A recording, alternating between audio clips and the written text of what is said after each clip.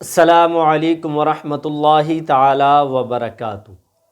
حضرات، آج کا ہمارا مسئلہ ہے، بعض لوگ کسی اللہ والے کے مزار پر جا کر جو چاروں طرف گھومتے ہیں، یعنی کہ طواف کی شکل میں جو گھومتے ہیں، اس کا کیا حکم ہے؟ مفتی صاحب قبلہ کی بارگاہ میں اس سوال کو رکھتے ہیں۔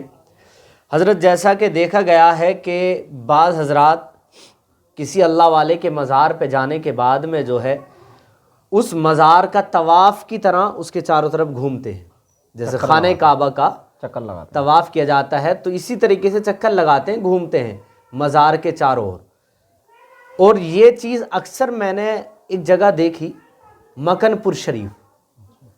حضرت سیدنا بدیع الدین رحمۃ اللہ تعالی علیہ، اللہ کے بہت اچھے بزرگ گزرے ہیں، اللہ کے ولی ہیں، ان کے مزار کا لوگ جب عرس آتا ہے یا ویسے موقع پر دیکھا گیا ہے کہ ان کے مزار کا چکر لگاتے ہیں، جیسے خانہ کعبہ کا طواف کیا جاتا ہے، اور بعض لوگ جو ہے جا کر مزار کو چومتے ہیں۔ یہ بھی ایک کسی کے اندر سوال ہے، مزار کو چومنا، بوسہ دینا۔ تو ان دونوں معاملات میں شریعت کا کیا حکم ہے؟ کیا ہمارے اسلاف نے، بزرگان دین نے لکھا ہے، کیا یہ درست ہے اس طریقے سے مزار کا چکر لگانا؟ عند الشرع کیا ہے؟ وعلیکم السلام ورحمۃ اللہ تعالی وبرکاتہ۔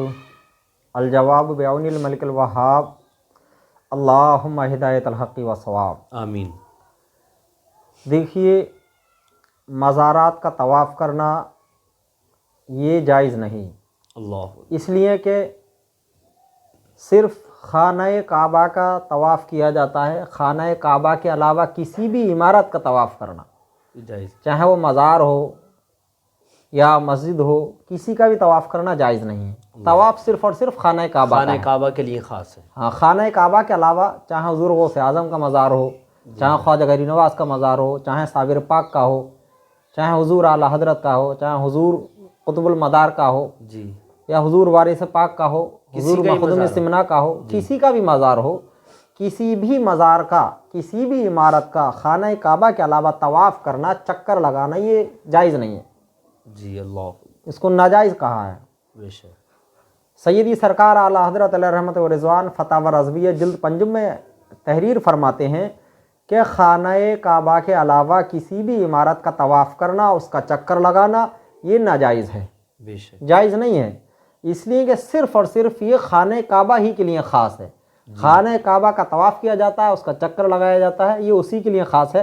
اس کے علاوہ کسی بھی مزار کا، کسی بھی عمارت کا اگر طواف کیا جاتا ہے تو وہ شریعت کے خلاف ہے اور وہ ناجائز ہے۔ اللہ، رہی بات بوسہ دینے کی، تو علماء کا اس میں اختلاف ہے، لیکن پھر بھی بہتر یہی ہے کہ اس سے بھی بچا جائے۔ بچا جائے، ہاں جی، اور اس کے طواف کے بارے میں تو صاف صاف حکم ہے کہ یہ جائز نہیں ہے، جائز نہیں۔ لیکن اس کے باوجود وہی بات آ جاتی ہے پھر کہ لوگ کہتے ہیں مولوی پیروں کے پیچھے ہیں۔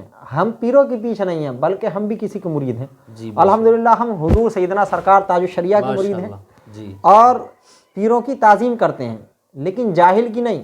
جی، ان کی ہم تعظیم نہیں کرتے جو پیروں کی شکل میں شیطان ہیں، جی، بلکہ جو پیر ہیں، جو اللہ کے رسول صلی اللہ علیہ وسلم کی شریعت اور آپ کے جو ہے امت کی رہنمائی کرنے والے ہیں، شریعت کے ماننے والے ہیں، ہم ان کی تعظیم کرتے ہیں۔ بے شک، جی، آج بھی الحمدللہ بڑے بڑے اچھے پیر پڑے ہوئے ہیں۔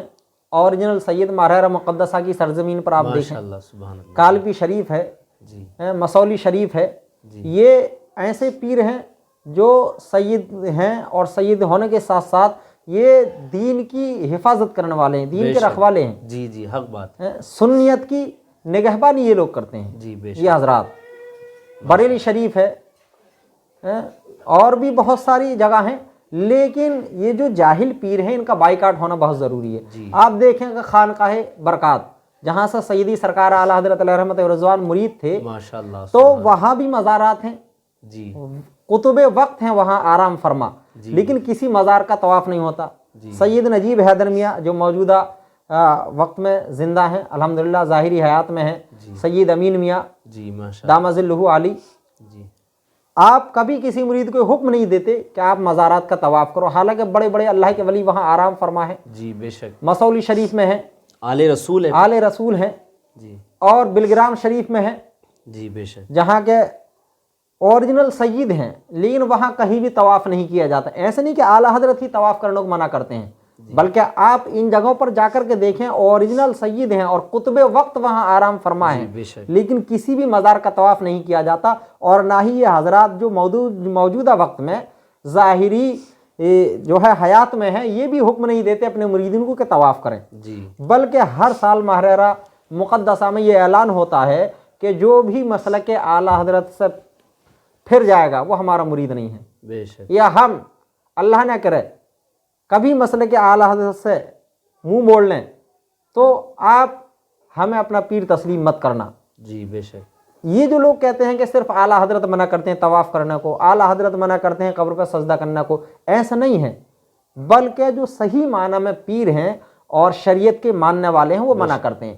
ہاں جو جاہل پیر ہیں گلی گلی چکر لگا رہے ہیں، لال پیلے نیلے ہرے بینگنی جامنی یہ کپڑے پہن کر کے زبردستی جو ہے اپنی مریداں کو اپنے مریدین کو مزارات پر لے جاتے ہیں، ان سے طواف کراتے ہیں، سمجھے، اور مرد اور عورتوں کا اختلاط کرتے ہیں، میل جول ایک ہی ساتھ رہنا اٹھنا بیٹھنا، تو یہ سب جاہل پیر ہیں. اور یہی جو ہے آئے دن نئی نئی اسکیمیں نکالتے ہیں کہ اس سال طواف کرنا نکال دیا، اگلے سال کوئی اور اسکیم نکال دی. ان کا صرف ٹارگیٹ یہ رہتا ہے کہ کسی طرح مریدین کی تعداد بڑھ جائے، اپڈیٹ کرتے رہتے ہیں نئے نئے یہ جو ہے چیزیں نکالتے رہتے ہیں صرف اور صرف اس لیے کہ صاحب مریدین کی ہماری تعداد بڑھ جائے. بے شک. تو ایسے لوگوں سے ہوشیار رہنا بڑا ضروری ہے اور انہی خانقاہوں سے مرید ہویا جائے جو کہ صحیح معنی میں ان خانقاہوں میں موجودہ وقت میں صحیح معنی میں شریعت اور سنیت کے ماننے والے ہیں. بے شک.